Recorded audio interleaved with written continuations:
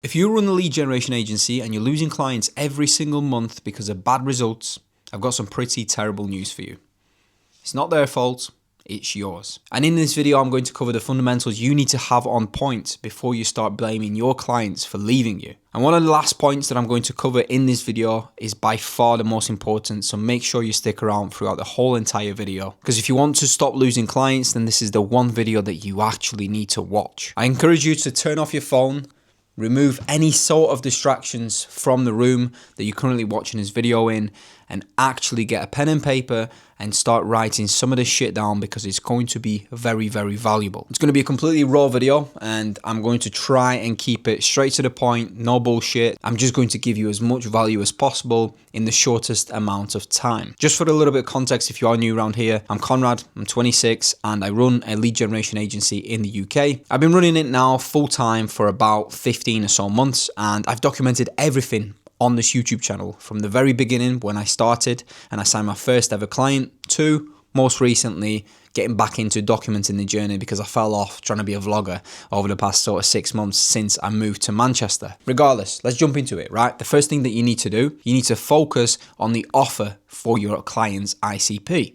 And what I mean by that is, what actual offer are they resonating with? Because a lot of the times what you'll do is you'll just chat GPT, or you'll go on Facebook ads library and you'll find out what everyone else is running for that audience, and you'll just copy the same thing and stick it on and think, that's it. It works for them, I'll just copy it and it should work for the client itself, right? That's not what an offer is. You need to build a unique offer for your client in order for their brand to actually resonate with the targeted audience. And it's super, super clear. Copy and paste offers just simply do not work, and they'll very, very quickly burn through ad budgets. So if your client's offer is vague, it's generic, it's not speaking to a specific sort of customer, you're not going to get good quality leads for your client.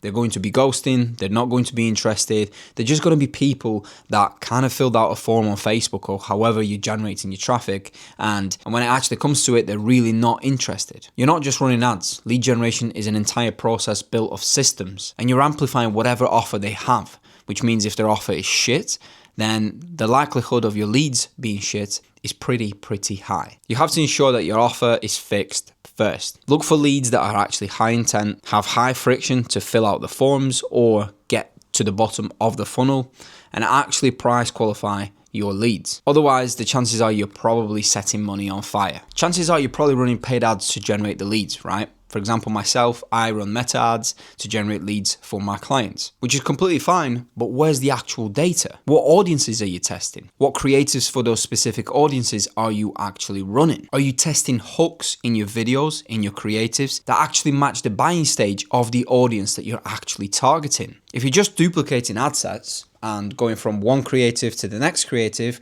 without really testing what audience that creative works for, then you're just burning your clients' money. So having an entire overhaul of the traffic source that you're actually using, which in most cases is probably going to be either Google or Meta, and realizing that there are so many different audiences on these channels that you really need to narrow down specific messaging and positioning of the client's brand towards those audiences, you'll then realize that the bad results aren't because of your clients, it's because of the traffic and the audiences that you're targeting. The third thing is funnels, and understanding funnels from start to finish, because a lot of the times what we do as marketers, and especially if you're new into this sort of industry, is the fact that you think a funnel is traffic source and then a landing page, and then the funnel kind of ends when you collect the lead information. That's not what happens. And understanding the types of funnels for specific audiences is exactly where the money lies. You have to take into account the type of traffic you're generating and where you're sending that traffic. Are you sending them to a lead form on Facebook? Are you sending them to a landing page? Is the landing page content aligned with what you're actually saying in your campaigns and in your ads?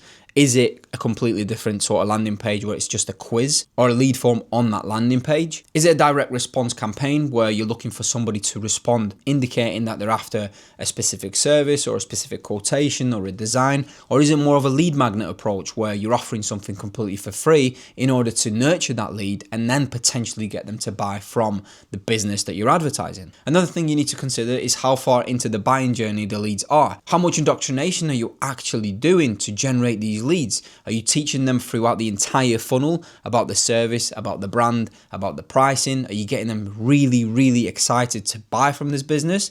Or is it simple Facebook ad into a lead form until somebody picks up the phone and dials for a quotation, for a design, for a service or a product? Because where most people go wrong is thinking that a sales funnel ends at the capture point of the details.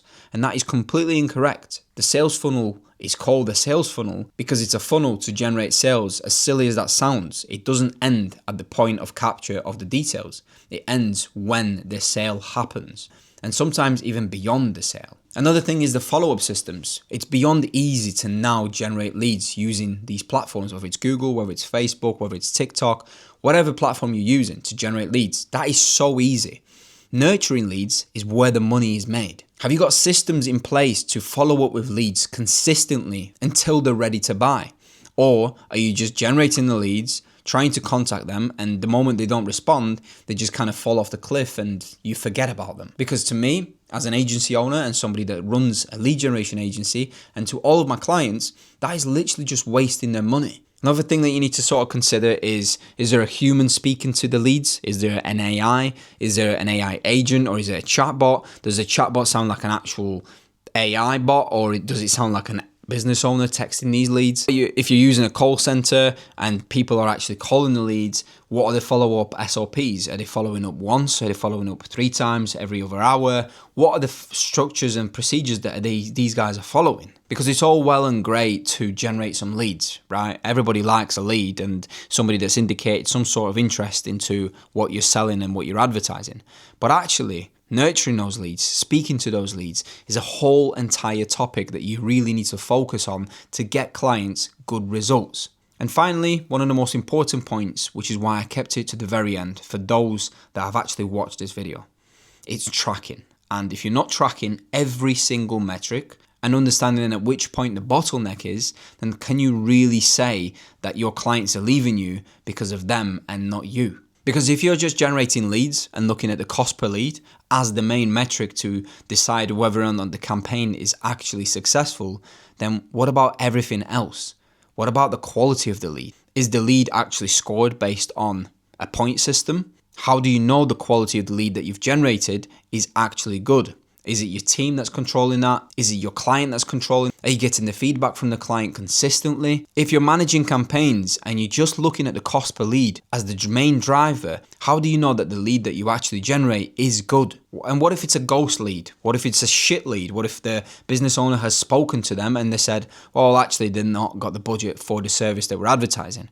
Well, considering you're just looking at the cost per lead, to me, that indicates you're completely missing the entire picture and you're just focusing on something that's super vague and broad. There are so many different elements that you need to be focusing on when you're generating leads for clients. And I think some of those that I've mentioned today are very, very important, and they're really the pillars enabling you to actually grow a business. Whether it's your agency, whether it's your client's business, understanding all of these that I've mentioned is probably the most important thing to actually keeping clients. Because if you're understanding all of these and keeping them tight, making sure that they're actually controlled, then there should be no reason as to why clients leave you.